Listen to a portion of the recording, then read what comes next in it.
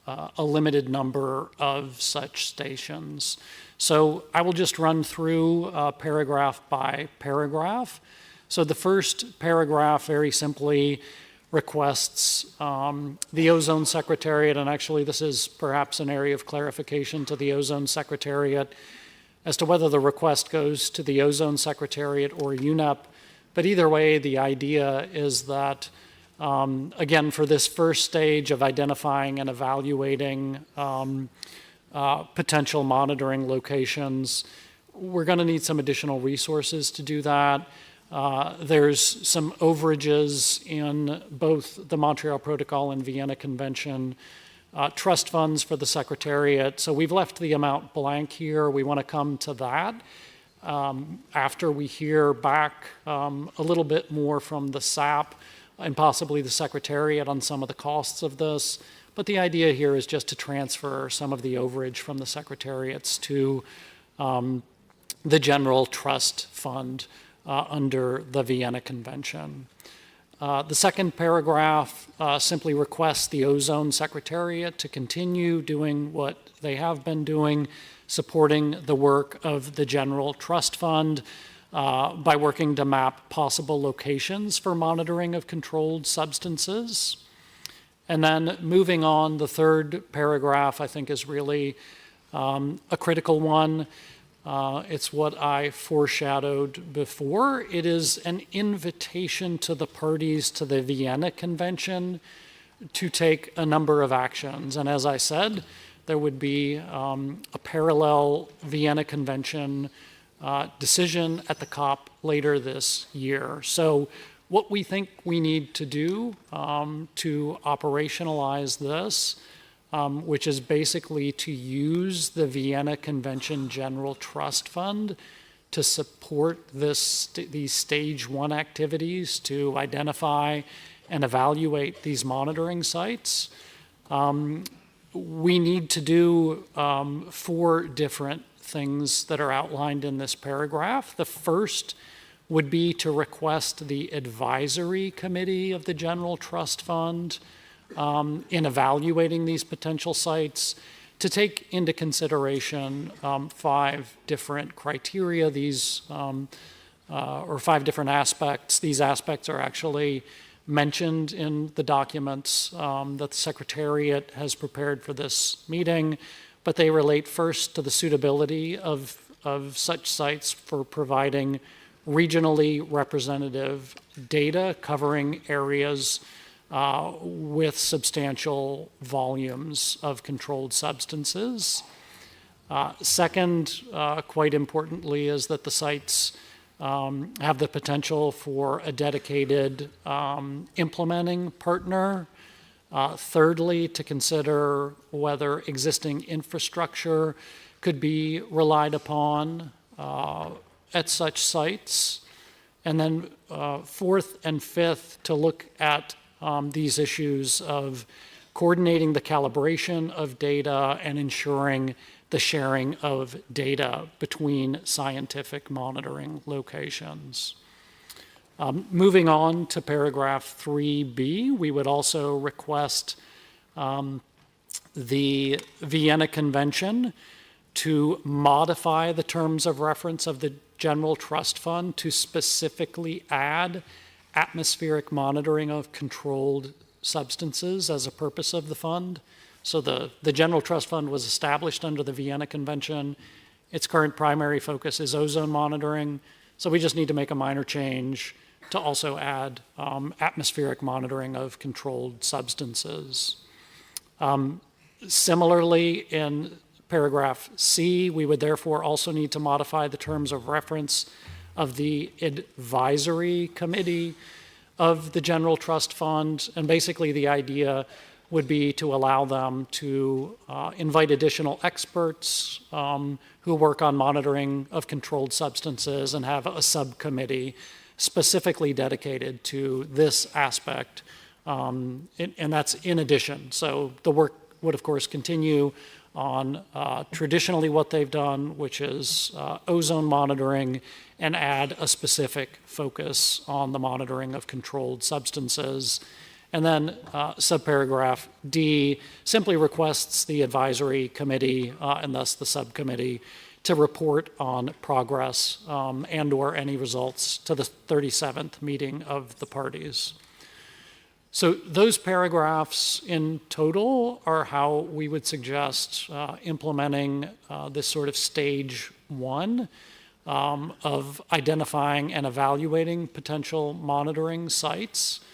And then moving on to the second stage, that is really operationalized in paragraph 4, which requests the executive committee of the multilateral fund to consider a funding modality to support a limited number of pilot projects to enhance regional atmospheric monitoring of controlled substance, guided by the scientific advice of the General Trust Fund Advisory Committee that I outlined in the language for the first 3 paragraphs previously.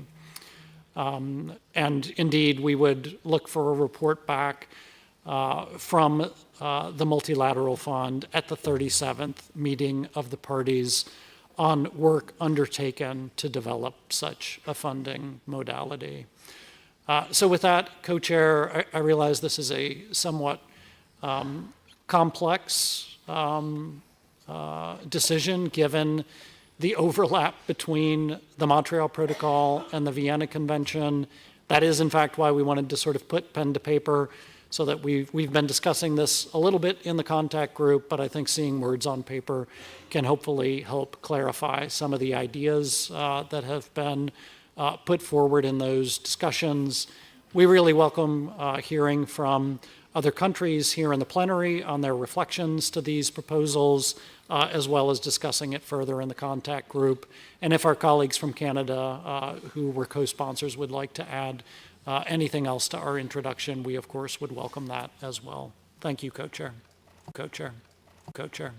Co-Chair. Co-Chair. Co-Chair. Co-Chair. 7.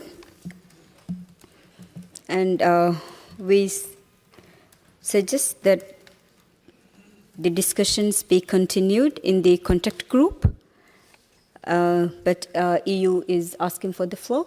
So,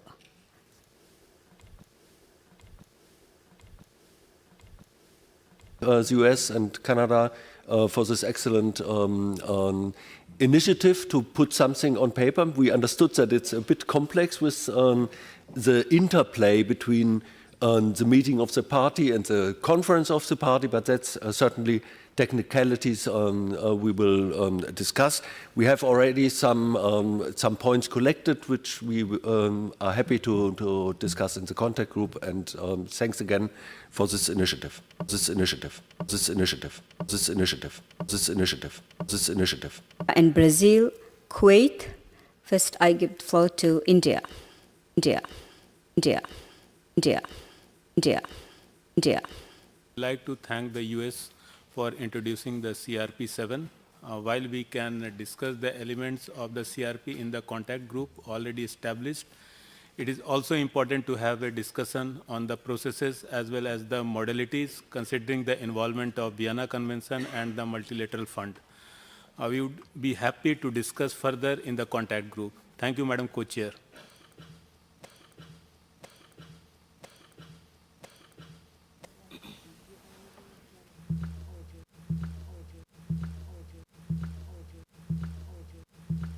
States and Canada for putting pen to paper on this very complex issue, and I think that is probably the hardest bit is actually trying to frame our discussions, because they are so complex and they do cross not only the Montreal Protocol and the Vienna Convention, but they perhaps cross three trust funds and the multilateral fund as well. So there's a great deal of complexity there to try and sort out. We do see some of the elements that we raised in plenary reflected in the draft decision, and we very much like to thank the US and Canada for being able to reflect that. However, we are very open to hearing from other parties as well on their thoughts on the way forward, and are very interested to engage on this issue in a contact group. Thank you, Co-Chair. Co-Chair. Co-Chair. Co-Chair. Co-Chair. Co-Chair.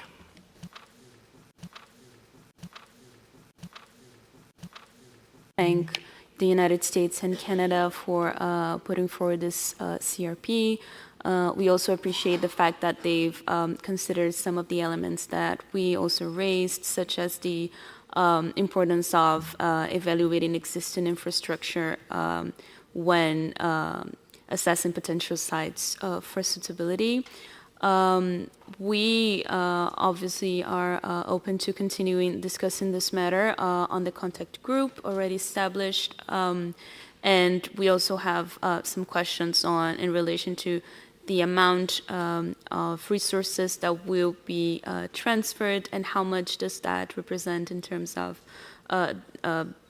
how much they represent in terms of the overall general trust fund resources, and also in relation to the governance, the trust fund, the MLF, also the advisory committee role, who should do what. And I do appreciate the efforts made by Canada and the US in putting this into paper, because even though we have many questions, we believe that this is the best way that we can actually bring those discussions into the draft text. Thank you very much.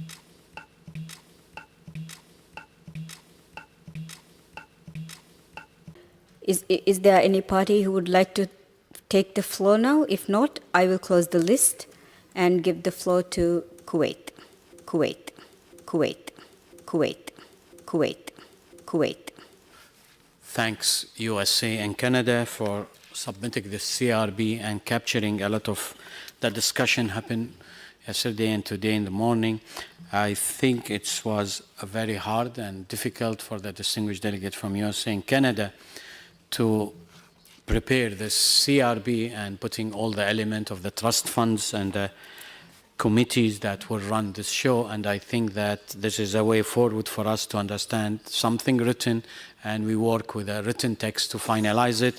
And I hope that within the contact group we can reach to a lot of clarification and agreement, and to move this forward, as this is a very important issue to be adopted very soon as much. And I would like again to thank both Canada and USA for this proposal. Thank you very much. Thank you very much. Thank you very much. Thank you very much. Thank you very much. Thank you very much. Thank you very much.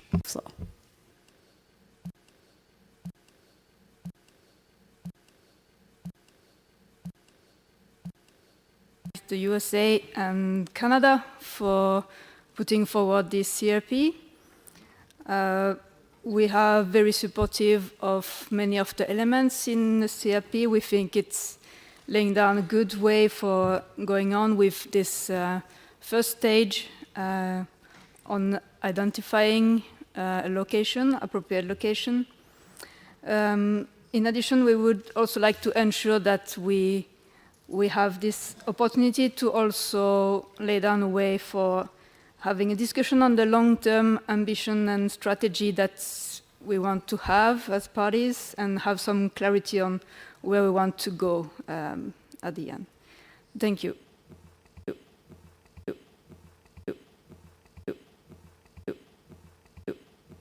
Has already been established on this, so we would like to request to continue the discussions in the contact group. And with that, I would like to hand over to my co-chair. Thank you. Thank you. Thank you. Thank you. Thank you. Thank you.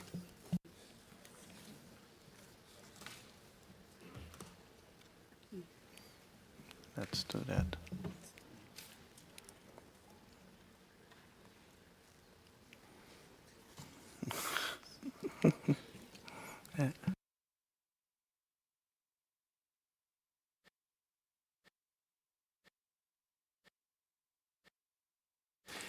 On the screen, you will find the schedule for the contact groups and the groups that are taking place tonight. So first of all, strengthening of Montreal Protocol institutions. And the ones who will be co-chairing that group is Jana Mosiskova from the Czech Republic and Chantal Wellington. Then the group on atmospheric monitoring, which was already established and met already earlier, will be. And then tomorrow morning, there will be the informal group on feedstocks with Michel Gauvin and Leslie Smith. So Michel from Canada and Leslie Smith from Grenada. So with this, I would like to conclude this meeting. So we have 2 groups tonight, and then in the morning another one. And then we'll see you in plenary tomorrow at 10 o'clock. Have a good contact group meeting.